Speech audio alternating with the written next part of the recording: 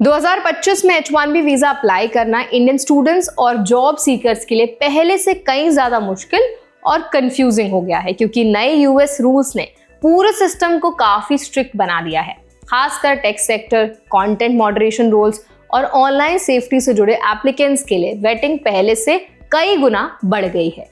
ऐसे समय में सबसे जरूरी है कि एक इंडियन एप्लीकेंट को स्टेप बाय स्टेप पूरा प्रोसेस साफ तौर पर समझ आए, क्या करना है, कब करना है और किन चीजों से एक्स्ट्रा सावधान रहना है। तो इस वीडियो में आज हम पूरा H1B प्रोसेस सिंपल तरीके से एक्सप्लेन करेंगे, जैसे कि जॉब ऑफर की requirement, lottery system, employer filing, USCIS review, visa stamping और ट्रैवल रूल्स। साथ ही हम बताएंगे कि इन नए स्ट्रिक्ट चेक्स में इंडियंस को किस चीज से अलर्ट रहना चाहिए और कौन सी स्मॉल मिस्टेक्स आपके पूरे एप्लीकेशन को रिस्क में डाल सकती हैं। तो चलिए फिर फटाफट से वीडियो को स्टार्ट कर देते हैं। Hi, my name is Varsha Dubey, watching NBT tech ed. H1B visa की सबसे पहली और सबसे इंपॉर्टेंट रिक्वायरमेंट है कि एप्लीकेंट खुद अप्लाई नहीं कर सकता। आपके पास पहले एक US एम्प्लॉयर की तरफ से जॉब ऑफर होना चाहिए और ये जॉब स्पेशली ऑक्यूपेशन में आती हो, यानी ऐसी फील्ड जिनमें कम से कम बैचलर्स डिग्री की जरूरत हो। IT, engineering, finance, analytics, biotech जैसे सेक्टर्स इसकी कॉमन कैटेगरीज हैं। इसीलिए किसी भी इंडियन एस्पिरेंट के लिए पहला फोकस एक US एम्प्लॉयर की तरफ से स्ट्रॉन्ग ऑफर लेटर पाने पर होना चाहिए। ऑफर मिलने के बाद अगला स्टेप एम्प्लॉयर का USCIS पर अपना ऑनलाइन अकाउंट बनाना होता है। इस अकाउंट का नाम होता है माई USCIS। आपका एम्प्लॉयर या उनका जो अटॉर्नी है H1B रजिस्ट्रेंट टाइप का अकाउंट क्रिएट करता है। यहीं से जारी रजिस्ट्रेशन, कम्युनिकेशन और नोटिफिकेशन होती है। इसीलिए स्टेप बहुत ज्यादा इंपॉर्टेंट होता है। हर साल मार्च में H1B लॉटरी होती है। इसमें एम्प्लॉयर एप्लीकेंट की बेसिक डिटेल्स सबमिट करता है, जैसे नाम, पासपोर्ट डिटेल्स, जॉब इंफॉर्मेशन और इसके साथ employer details. Lottery registration fees सिर्फ $10 होती है और ये हमेशा एम्प्लॉयर ही देता है। अगर लक अच्छा हुआ और USCIS आपका नाम सिलेक्ट कर लेता है तो एम्प्लॉयर को ऑनलाइन अकाउंट में नोटिफिकेशन मिल जाता है। लॉटरी के बाद सबसे टेक्निकल पार्ट शुरू होता है। आपका एम्प्लॉयर अब एक्चुअल H1B पिटिशन फाइल करता है। इसमें LCA यानी लेबर कंडीशन एप्लीकेशन की अप्रूवल लगती है, जो US डिपार्टमेंट ऑफ लेबर देता है। इसके साथ फॉर्म I-129 अटैच होता है, जिसमें पूरा application, job description, offered salary proof और कंपनी की डिटेल्स शामिल होती हैं। इसी स्टेप में डॉक्यूमेंटेशन का मेजर वेट होता है।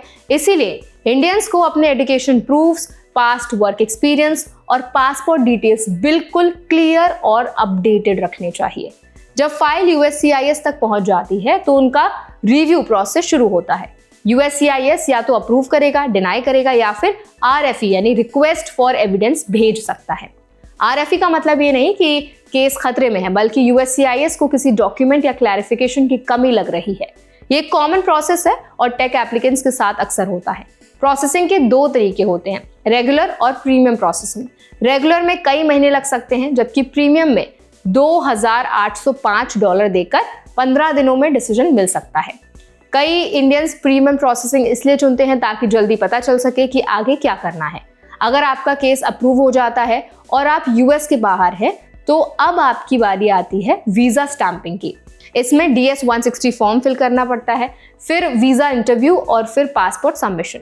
इंटरव्यू में ऑफिसर ये चेक करता है कि आपका रोल स्पेशली ऑक्यूपेशन में आता है या नहीं और एम्प्लॉयर जेन्युइन है या नहीं।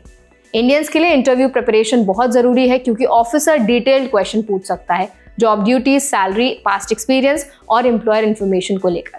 स्टैंपिंग के बाद आप US में अपने जॉब स्टार्ट डेट से 10 दिन पहले एंटर कर सकते हैं। लेकिन अब इस पूरे सिस्टम को सबसे ज्यादा इंपैक्ट करने वाली चीज है नया स्ट्रिक्ट वेटिंग रूल।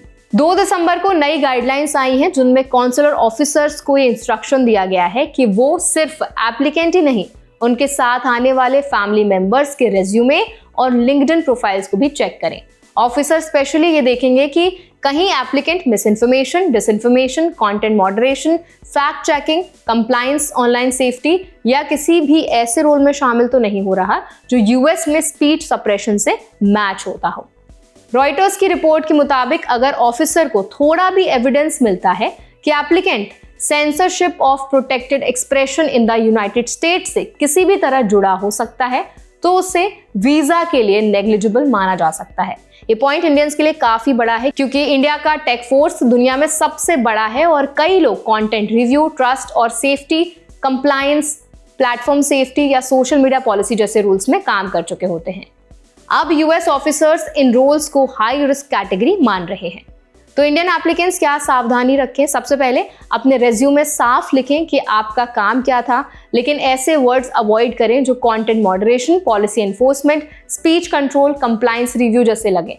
अगर आपकी जॉब में ऐसा कुछ था जो इंटरव्यू में क्लियर एक्सप्लेन करे कि आपके रोल की बाउंड्रीज क्या थी और आप किस लेवल पर काम करते थे। दूसरा, लिंक्डइन प्रोफाइल बिल्कुल अपडेटेड, क्लीन और एक्यूरेट रखें। ऑफिसर आपकी ऑनलाइन मौजूदगी से बहुत कुछ एश्योर करता है, इसीलिए कोई भी कंफ्यूजिंग या अनक्लियर डिस्क्रिप्शन रिस्क बना सकती है। तीसरा, फैमिली मेंबर्स की डिटेल्स भी साफ रखें क्योंकि अब ऑफिसर्स उनकी प्रोफाइल्स भी चेक कर रहे हैं।